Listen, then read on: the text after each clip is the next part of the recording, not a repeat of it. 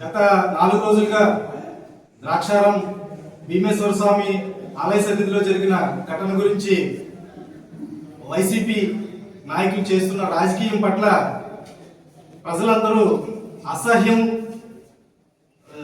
తీసుకుంటున్నారు.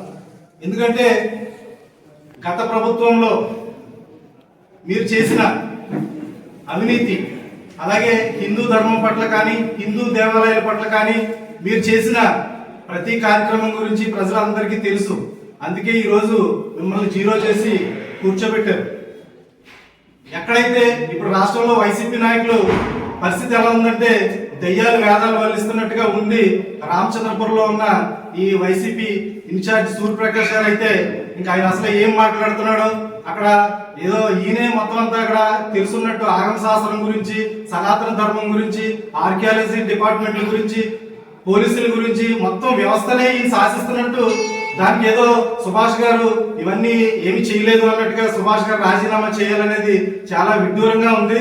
ఎందుకంటే గత ప్రభుత్వంలో మీ అధినాయకుడు జగన్మోహన్ రెడ్డి గారు ఎక్కడైనా శవం వేస్తే చాలు వెంటనే వెళ్ళి అక్కడ పరామర్శలు చేయడానికి చూసేవారు. అదే విధంగా ఈ రోజు మీరు రామచంద్రపురం నియోజకవర్గంలో ఎక్కడైతే అపశృతి జరుగుతుందో, ఎక్కడైతే ఏదైనా చిన్న చిన్న పొరపాట్లు జరుగుతాయని వెయ్యి కళ్ళతో ఎదురు చూస్తూ ఉన్నారు. అవకాశం మీకు ఎప్పటికీ కూడా ఇవ్వనివ్వరు.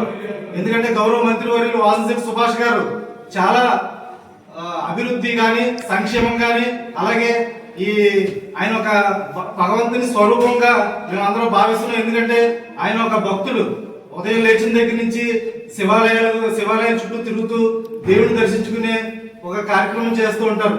అలాంటి వ్యక్తికి మీరు ఈ రోజు ఆయన ఏదో అభివృద్ధి చేయలేదు, లేకపోతే ఇవన్నీ రాజీనామా చేయాలి, ఆయన గుండు సున్నా, ఇవన్నీ అక్కర్లేని పనికి మాలిన మాటలు మాట్లాడితే మాత్రం తెలుగుదేశం పార్టీ నాయకులు కానీ ఇక్కడ కూటమి పార్టీ నాయకులు కానీ ఎవరు కూడా ఉపేక్షించేది లేదు. ఎందుకంటే మీరు ఏం మాట్లాడాలన్నా స్పష్టమైన ఆధారాలతో మాట్లాడండి. మీరు గతంలో ఏ అవినీతి ఆరోపణని మీరు ఆయన మీద చేసినా ఒకటే కూడా నిరూపించలేక ఈ రోజు మీరు పార్టీలో జీరో అయ్యారు. వైసీపీ పార్టీలో మీ ఉనికిని మీరు కాపాడుకోవడం కోసం ఆయన మీద లేనిపోని విమర్శలు చేయడం అనేది సరైన పద్ధతి కాదు. ఎందుకంటే గతంలో గంజాయి ఆరోపణలు చేశారు ఆయన మీద, మీరు ఏమన్నా నిరూపించగలిగారా? అందులో మీరు గుండు సున్నా అయ్యారు. అలాగే రకరకాలుగా ఏదో అవి దోచేస్తున్నారు ఇవి దోచేస్తున్నారు అన్న ఏ ఒక్కటి కూడా ఆధారాలతో మీరు నిరూపించలేకపోయారు. అలాగే ఇక్కడ శివాలయం విషయానికి వచ్చినప్పటికీ ద్రాక్షారం చాలా పవిత్రమైన దేవాలయంగా, పంచరామంలో ఒక విశిష్టమైన దేవాలయంగా మీరు మన అందరూ దాన్ని కొలుస్తున్నాం. మీరు కూడా అక్కడికి వచ్చి రాజకీయాలు చేసి ఆయన ప్రతిష్టను దిగజార్చుకోవాలని మీ యొక్క ఆలోచనకి మీరు ఎప్పుడో జీరో అయిపోయారు. అది మీరు దయించి గ్రహించండి.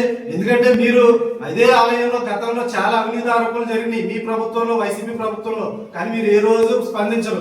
అలాగే తిరుపతి దేవస్థానంలో ఎంతో అవినీతి జరిగింది, ఏ రోజు మీరు స్పందించరు. అవినీతి అన్నవరం దేవస్థానంలో బోల్డ్ రకాల అక్రమాలు జరిగినాయి, మీరు ఏ రోజు స్పందించరు. ఈ రోజు మీ యొక్క ఉనికిని కాపాడుకోవడం కోసం, మీ యొక్క సీటుని ఇక్కడ నిలబెట్టుకోవడం కోసం ఏదో మీ పాపులార్ తప్పితే ఇక్కడ రెండోది ఏం లేదు.